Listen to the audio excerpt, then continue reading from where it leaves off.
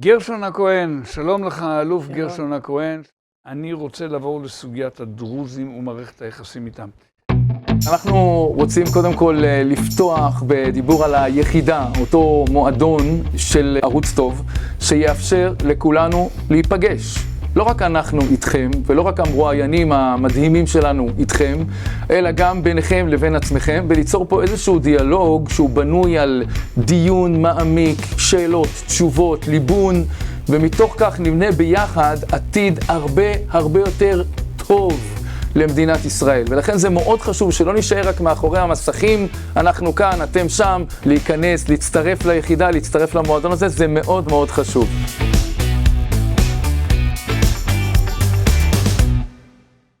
אני רואה לנגד עיניי 1, 2, 3, 4 סוגים של דרוזים. זה היום ונורא להגיד סוגים, כולם דרוזים, אבל בכל זאת. הדרוזים המדינת ישראליים במקור, כלומר נניח באזור הכרמל ועוד יישובים אחרים, הם סוג אחד של נאמנות לה, הם חלק בלתי נפרד מהחברה, דומני, כולל בצבא, כולל בביטחון, כולל בעשיית, עשייה וכו'. סוג אחר של דרוזים, תושבי רמת הגולן, שהבנתי שרק 1,000 לקחו דרכונים ישראלים, כלומר תעודות זהות מלאות. אני שמעתי הבוקר את הנתון. אז כמה יותר? לא יודע, 10%. הבוקר שמעתי את הנתון, אוקיי, 1,000? יותר. וטוב, אז זה 1,500, ורבים אחרים. כן, תכף נדבר על זה. הרוב המכריע נשארו עם תעודת זהות שצריך, ולא יותר מזה. ישנם את הדרוזים הסורים, ישנם את הלבנונים, כל אחד עם האינטרסים שלו. איך אנחנו בתוך כל הביצה הגועשת הזאת אמורים לפעול? קודם כל, היחס שלי לדרוזים מתחיל באמונה שהם בני הקיני, בני בישועב, מה שהם מאמינים, בני כלומר, יתרו. ונקודת המוצא שלי ביחס אליהם הולכת אל המקום שבו משה מבקש בפרשת בעלותך מיתרו, אל נא תעזוב אותנו והיית לנו לעיניים, ויש שם כמה פירושים מעניינים ביותר. הרמב"ן על הדבר הזה אומר, בני הקיני היו מעלים ביקורים לבית המקדש, מביאים ביקורים במה שליהודים בלבד שמורה הזכות הזאת, זאת אומרת, הם סוג של אחים ממש. חלק מאיתנו. הספורנו אומר שיתרו, לימד אותי הרב שוגרמן, שיש לו הרבה יחסים עם הדרוזים, הרב אמנון שוגרמן. יתרו מתעקש ללכת, ואז אומר לו משה, בבקשה ממך, לפחות אולי את הילדים שלך תשאיר איתנו. והיותר מעניין בתוך הסיפור הזה, זה ליקוטי אנשי שם, ואני מייחס את זה, אני לא יודע, כי אחד מהאנשים שמה זה הרב אלשך, מתאים לרב אלשך לומר את זה, שבעצם השיח כאן מבטא סוג של אלבון של יתרו, כי אומר לו משה, הנה אנחנו נכנסים אל הארץ אשר הבטיח לנו השם, ואל תדאג שאלוהי לא ניתן לך נחלה, גם לך ניתן, אז בוא איתנו. ואז יתרו נעלב, אומר לו, תגיד לי, אתה חושב שאני בא איתך בשביל נחלה? אם אני בא בשביל נחלה, אני חוזר לארצי, יש לי שם מספיק. קיצור, לכלכת בגדול. ואז משה חוזר בו, ואומר, אחרי מה שחווינו יחד, אתה לא יכול לעזוב אותנו, כי ראינו יחד את ההתגלויות הגדולות, ואנחנו זקוקים לך, והיית לנו לעיניים. זאת אומרת, קרה בינינו משהו שהוא מעבר לאינטרסים, ומעבר ברית, תקרא לילד בשמו. זאת ברית עמוקה רוחנית. אבל הדבר המאפיין את הדרוזים באמונה שלהם, שני עקרונות זהות. האחד, דת אל מייחדין, ייחוד האל, והשני, בני מערוף, זאת אומרת, בני החסד. והם כבני אברהם, החסד שלהם והכנסת האורחים שלהם מופת. ואני חי איתם, אני 3/4 דרוזי, אני אוהב אותם אהבת נפש, ועוד משהו, כמו שאומר יתרו, והיית לנו לעיניים, במסלול הצבא שלי, אני הקשבתי להם. כשאני מפקד אוגדה ועימד פארס הוא הסגן שלי, אני אומר לו, תלמד אותי, כמו שאומרים בערבית, עלימני, למדני. יש להם מבט מחובר למציאות, אותו דבר אחרים, חברים טובים שאני איתם, כמו ענן והבי, אני רוצה להבין משהו, אני מתייעץ. מג'לי והבה, שרון, נקודת התפנית של שרון, ממצוינות טקטית למצוינות אסטרטגית, כשר תשתיות ואחרי זה כשר חוץ, זה שהוא לוקח את מג'לי והבה להיות יועץ שלו.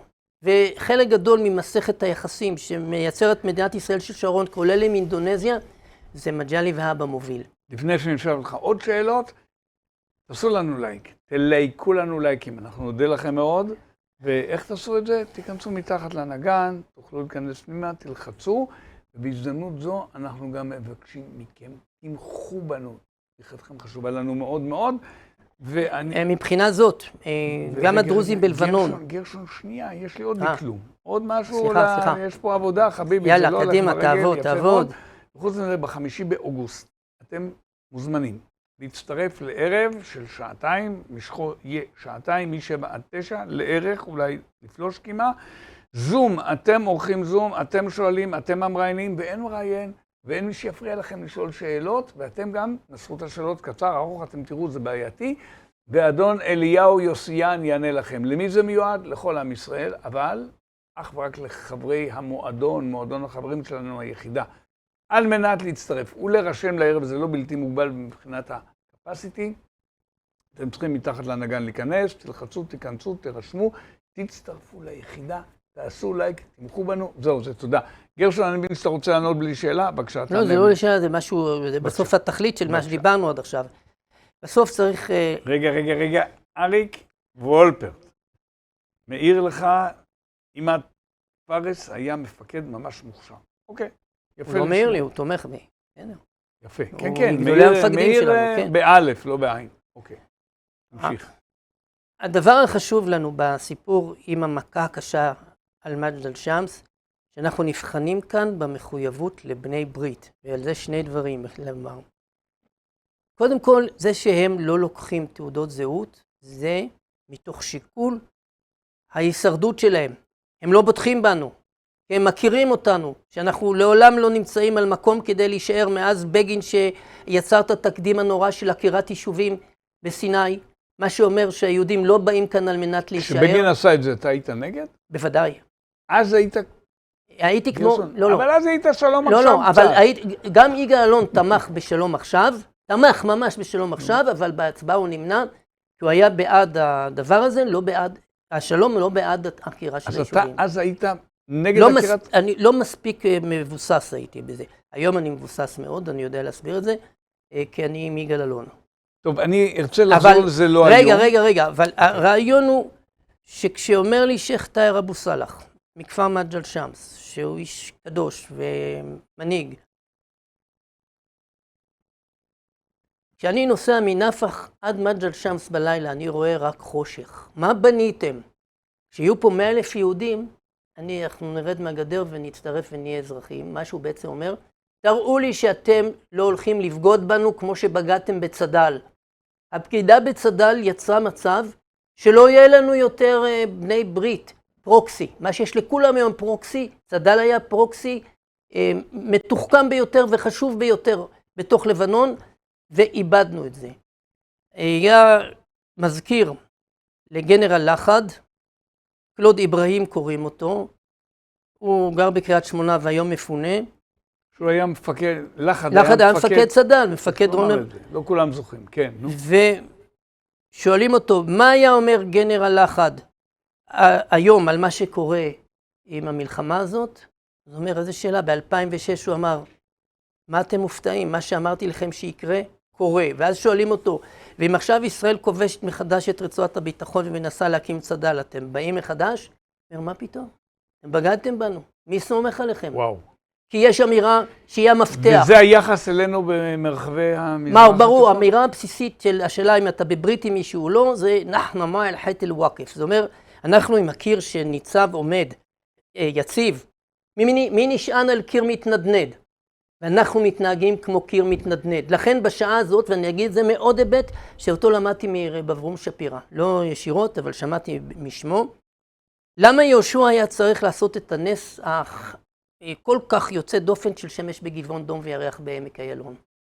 כדי שיראו לאור היום בגבעון, שהוא עומד בברית שלו לגבעונים, כי באו מלאכי כנען להילחם בהם על זה שעשו ברית עם ישראל. אברום שפירא, חבר הכנסת... לא! ראש מרכז הרב ורב ראשי. לא הבנתי. הרב הראשי. אני התפלאתי, אמרתי... לא, הוא מבין בשטיחים. בדיוק, גם זה לא. ומה הרב, שזה אומר, התכוונת אברהם שפיר.